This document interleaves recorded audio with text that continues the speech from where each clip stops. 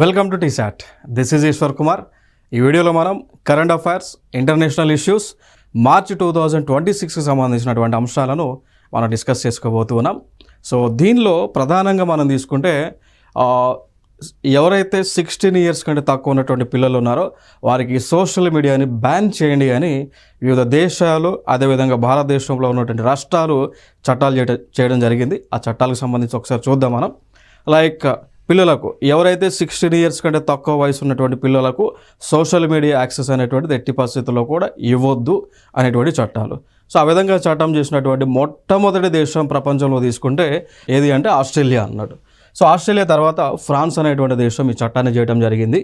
So దాని తర్వాత ఇటీవల ఇండోనేషియా అనేటువంటి ఒక దేశం ఏదైతే ఉందో వీరు కూడా చట్టాన్ని చేయడం జరిగింది. సో లైక్ ఫైనల్గా ప్రపంచంలోనే మొట్టమొదటి దేశం ఏది అంటే ఇక్కడ సోషల్ మీడియాని బ్యాన్ చేస్తున్నటువంటి చట్టం చేసినటువంటి దేశం ఏది అంటే ఆస్ట్రేలియా అనేటువంటి దేశం. తర్వాత స్థానంలో ఉన్నటువంటి దేశం ఫ్రాన్స్, ఇటీవల ఉన్నటువంటి దేశం ఇండోనేషియా. సో అదేవిధంగా సౌత్ ఈస్ట్ ఏషియన్ కంట్రీస్ ఏవైతే ఉన్నాయో సౌత్ ఈస్ట్ ఏషియన్ కంట్రీస్లో మొట్టమొదటి దేశం ఏది అంటే ఇండోనేషియా అనేటువంటి దేశం అనమాట. సో వీళ్ళు సోషల్ మీడియాని బ్యాన్ చేయడం జరిగింది. ఇక దాని తర్వాత ఇండియాలోకి వస్తే ఇండియాలో కర్ణాటక రాష్ట్రం సోషల్ మీడియాని బ్యాన్ చేశారు. ఇక దాని తర్వాత మొన్న ఆంధ్రప్రదేశ్ ప్రభుత్వం కూడా సోషల్ మీడియాని బ్యాన్ చేయండి అని చెప్పేసి ప్రపోజల్ని పెట్టడం జరిగింది. ఇక దానితో పాటు భారతదేశం మొత్తం కూడా ఈ బ్యాన్ వేయడానికి మనకి పార్లమెంట్లో వివిధ ఎంపీలు ఎవరైతే ఉన్నారో వాళ్ళు పార్లమెంట్లో లోక్సభలో దీన్ని బ్యాన్ చేయమని చెప్పేసి వాళ్ళు బిల్స్ని ప్రపోజ్ చేయడం జరిగింది. మేబీ అది ఫ్యూచర్లో ఒకవేళ జరిగితే we will discuss in the current affairs. So తర్వాత అది మనకి ఫైనల్లో ఈ పార్లమెంట్లో లోక్సభలో, రాజ్యసభలో ఫైనల్గా ప్రెసిడెంట్ ద్వారా ఆమోదం పొందితే అది మనకి యాక్ట్ రూపంలో వస్తుంది. ఇంకొక అంశం, సో ఇక్కడ ప్రపంచంలోనే అత్యంత వేగంగా నడిచేటువంటి ఫ్రైట్ ట్రైన్ని ఆవిష్కరించారు. సో ఫ్రైట్ ట్రైన్ అంటే గూడ్స్ ట్రైన్ అనమాట. సో ప్రపంచంలోనే అత్యంత వేగంగా రన్ అయ్యేటువంటి గూడ్స్ ట్రైన్ని ఒక దేశంలో ప్రారంభించారు. ఆ దేశమే జపాన్ అనేటువంటి దేశం. So Japan is the first country in the world who has launched world's first high speed freight train అంటాం. సో ఫ్రైట్ అంటే గూడ్స్ అనమాట. సో గూడ్స్ లగేజ్ని తీసుకుపోయేటువంటి ట్రైన్ అన్నట్టు. దాని యొక్క వేగం ఎంతో తెలుసా? 275 km/h. సో గంటకి 275 కిలోమీటర్ల వేగంతో వెళ్తుంది ఈ యొక్క goods train. So that is the place, that is the most important ఇన్ఫర్మేషన్గా మనం చెప్పొచ్చు. మరి ఇక ట్రైన్కి కూడా పేరు పెట్టారు. షింకాన్సేన్ అనేటువంటి ఒక ట్రైన్కి పేరు కూడా పెట్టడం జరిగింది. That is the most important point. మరి ఈ విధంగా ఇండియాలో చూసుకుంటే ఈ విధంగా ఇండియాలో ట్రైన్స్ ఉన్నాయంటే ఇండియాలో అయితే ఇంత వేగంగా నడిచేటువంటి ట్రైన్స్ అయితే లేవు, కానీ బట్ ఇండియాలో కూడా గూడ్స్ ట్రైన్స్ ఉన్నాయి, దాంతోపాటు ప్యాసింజర్ ట్రైన్స్ ఉన్నాయి. లైక్ ప్యాసింజర్ ట్రైన్స్లోనే అత్యంత వేగంగా రన్ అయ్యేటువంటి ప్యాసింజర్ ట్రైన్ వచ్చేసి వందే భారత్ అనేటువంటి ట్రైన్ మనం చెప్పొచ్చు. వందే భారత్ ట్రైన్. సో దీని ఇనిషియల్గా మనకి సికింద్రాబాద్ నుంచి పైలట్ ప్రాజెక్ట్ కింద భారతదేశంలోనే ఫస్ట్గా లాంచ్ చేశారు. సికింద్రాబాద్ నుంచి సికింద్రాబాద్ నుంచి మనకి చెన్నైకి ఈ యొక్క ట్రైన్ని లాంచ్ చేయడం జరిగింది.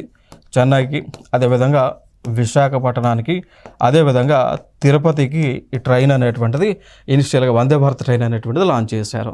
ఇక దాని తర్వాత అన్ని ప్రాంతాలు కూడా ట్రైన్లను విస్తరిస్తూ ఉన్నారు. అయితే వందే భారత్ ట్రైన్ యొక్క స్పీడ్ ఎంత అంటే దాదాపుగా ఇది 160 km/h రీచ్ అవుతుంది. అంటే గంటకి 160 కిలోమీటర్ల వేగంతో వందే భారత్ ట్రైన్ అనేటువంటిది రన్ అవుతుంది అనేటువంటి అంశాన్ని మనం గుర్తుపెట్టుకోవాలి. That is the most important information ఇక్కడ. సో 160 km/hతో రన్ అవుతుంది. ఇదే వందే భారత్ ట్రైన్ని గతంలో మనం ఇంకొక పేరుతో పిలిచేవాళ్ళం. That is like train 18. So train 18 అనేటువంటి పేరుతో పిలిచేవాళ్ళం. That is the most important information relevant to the trains. అదేవిధంగా ఇండియాలో ఒక స్కీమ్ లాంచ్ చేశారు. సో దాన్ని Amrit Bharat station development scheme అని అంటాం. Like Amrit Bharat station development స్కీమ్ను కూడా లాంచ్ చేయడం జరిగింది. సో దీని ద్వారా భారతదేశంలో ఉన్నటువంటి రైల్వే స్టేషన్లను అభివృద్ధి చేస్తూ ఉంది ప్రభుత్వము. ఇంకొక అంశం మనకి న్యూస్లో ఉంది. సో నేపాల్ దేశానికి యంగెస్ట్ పర్సన్గా, యంగెస్ట్ ప్రైమ్ మినిస్టర్గా ఒక వ్యక్తి ప్రమాణ స్వీకారం చేశారు. ఆయన పేరే బలెన్ షా అని పిలుస్తూ ఉంటాం. సో బలెన్ షా వీరు నేపాల్ దేశంలోనే అతి తక్కువ వయసు కలిగినటువంటి ప్రైమ్ మినిస్టర్గా ప్రమాణ స్వీకారాన్ని చేయడం జరిగింది. క్లియర్. సో వారి యొక్క వయసు ఎంత ఉంటుంది అంటే జస్ట్ ఒక 35 years ఆఫ్ ఏజ్ ఉంటుంది. సో 35 సంవత్సరాలు కలిగినటువంటి వ్యక్తి. సో వీరు నేపాల్ దేశంలో అత్యంత పిన్న వయస్కుడుగా ప్రసిద్ధిగాంచినటువంటి వ్యక్తి. ఇక దాంతోపాటు ఇంకో గుర్తుపెట్టుకోవాల్సిన అంశం, ఇటీవల నేపాల్ దేశానికి ప్రైమ్ మినిస్టర్గా ఎవరిని ఎన్నుకోబడ్డారని అడగవచ్చు. సో ఆయన పేరు బలెన్ షా అన్నట్టు. ఎందుకంటే ఇది మన పొరుగు దేశమే కాబట్టి అడగడానికి కాంపిటేటివ్ ఎగ్జామ్స్లో అడగడానికి ఛాన్సెస్ ఉన్నటువంటి ఆ ఏరియాగా మనం చెప్పొచ్చు. సో దానికి సంబంధించి మరి క్వశ్చన్స్ ఉన్నాయి. Try to give the answer. Who become Nepal's youngest prime minister in 2026? So Nepal రాష్ట్రానికి యంగెస్ట్ ప్రైమ్ మినిస్టర్గా ఎవరిని ఎన్నుకోబడ్డారు? A KP Sharma Oli, B Ramchandra Paudel, C Balendra Shah and D Sher Bahadur Deuba. So సరైన ఆన్సర్ ఏమవుతుంది? If you know the answer please comment in the comment box.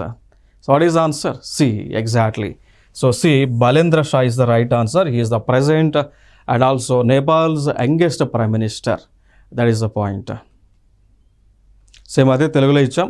So 2026లో Nepal యొక్క అతి పిన్న వయస్కుడైన ప్రధాని ఎవరు అయ్యారు? A KP Sharma Oli, B Ramchandra Paudel, C Balendra Shah, D Sher Bahadur Deuba. So what is the answer?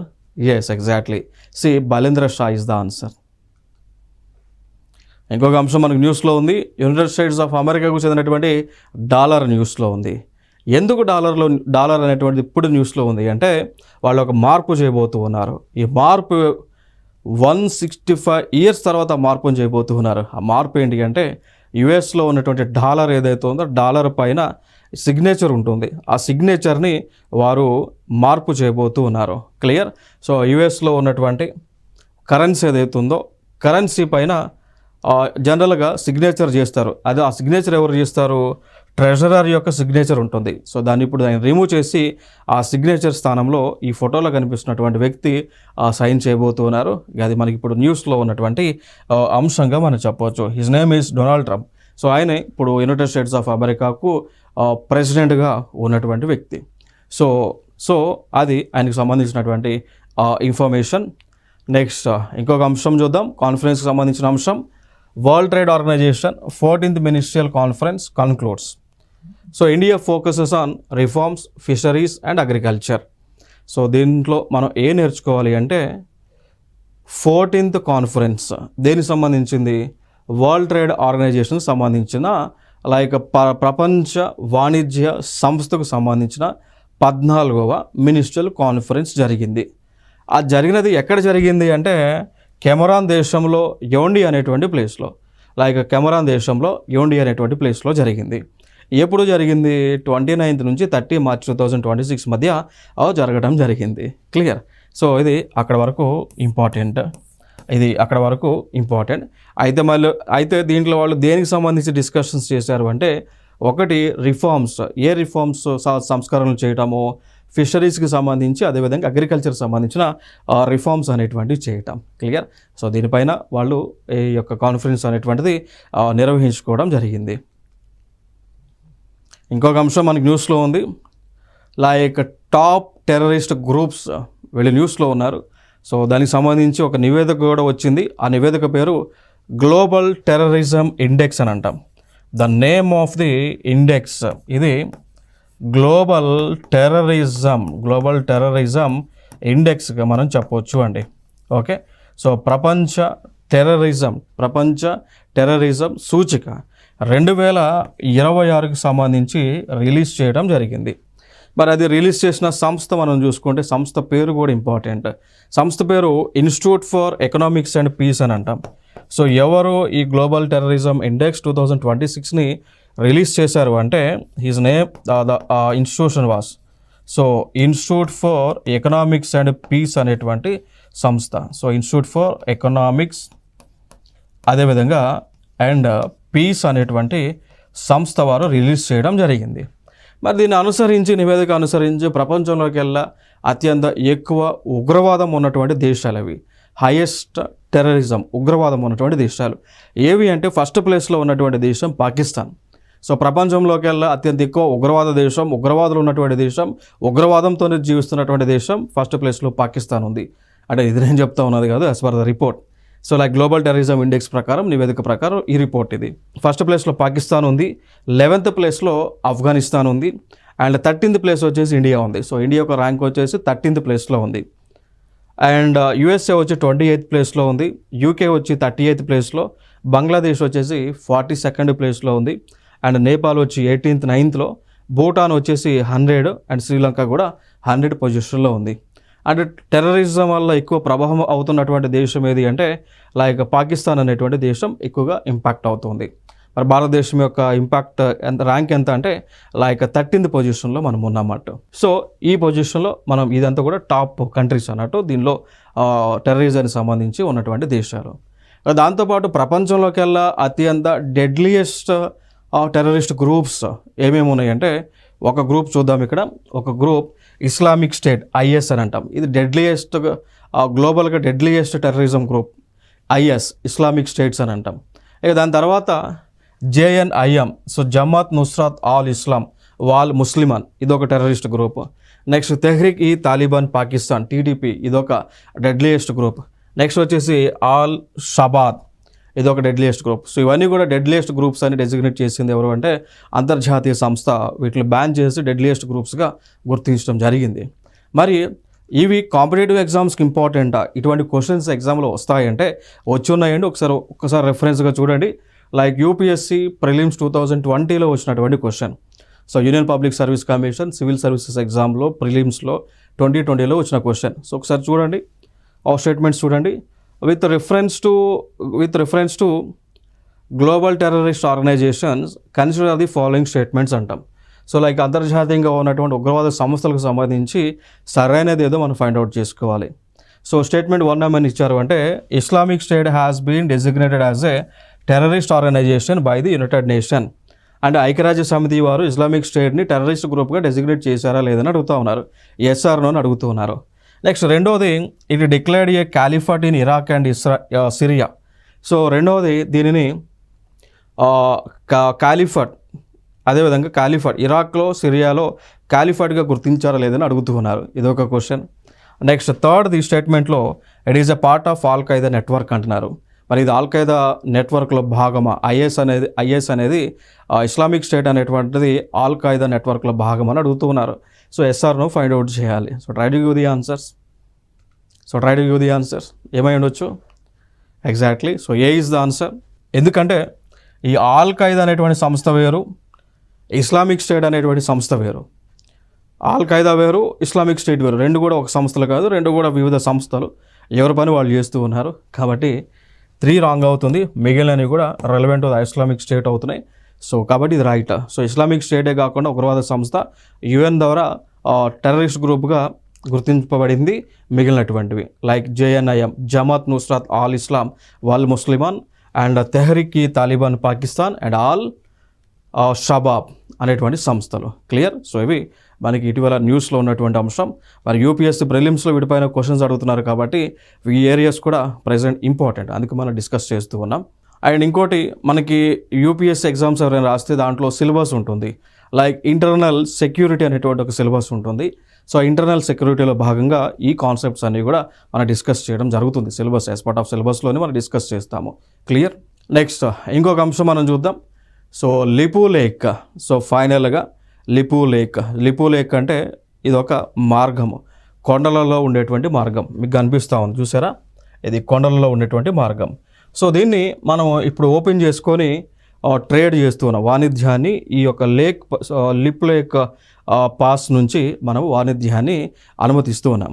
మరి అయితే ఈ లిపు లేక్ అనేటువంటిది ఏ ప్రాంతాలు అంటే ఏ 2 దేశాలను కనెక్ట్ చేస్తుంది అంటే ఒకటి ఇండియాని, అదేవిధంగా చైనాని కనెక్ట్ చేస్తూ ఉంటుంది ఈ లిపు లేక్ అనేటువంటిది. ఇక్కడ నుంచి తిన్నగా నడుచుకుంటూ పోతే మనకేమొస్తుందండి, చైనా వస్తుంది. క్లియర్. సో ఇది ఇండియాలో ఉత్తరాఖండ్ ప్రాంతంలో ఉంటుంది ఇది. సో అక్కడి నుంచి నడుచుకుంటూ పోతే డైరెక్ట్గా చైనాకు వెళ్తూ ఉంటాం. సో అంతకుముందు దీన్ని క్లోజ్ చేశారు. సో తర్వాత 7 years తర్వాత దీన్ని ఓపెన్ చేయడం జరుగుతూ ఉంది. క్లియర్. సో అంతకుముందు ఎందుకు క్లోజ్ చేశారు అంటే ఇండియాకి చైనాకి డొక్లాం లోయకి సంబంధించి ఇష్యూ వచ్చినటువంటి సందర్భాన దీన్ని క్లోజ్ చేశారు. మళ్ళీ ఇప్పుడు దాన్ని రీఓపెన్ చేయడం జరుగుతుంది ఆఫ్టర్ 7 years ఆఫ్ టైం.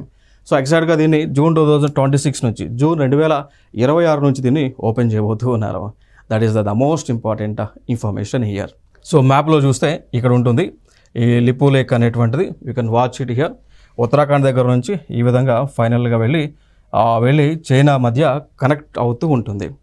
ఇంకా అదే కాకుండా కొన్ని ఇంపార్టెంట్ పాసెస్ ఉన్నాయి. పాసెస్ అంటే ఏం లేదండి, మార్గము. సో ఒక ప్రాంతం నుంచి ఇంకో ప్రాంతానికి వెళ్ళడానికి ఉన్నటువంటి మార్గము పాసెస్ అని అంటాం. సో అట్లాంటిది ఇంపార్టెంట్ పాసెస్ వచ్చేసి నతులా పాస్ అని అంటాం. ఇది సిక్కిం దగ్గర ఉంటుంది.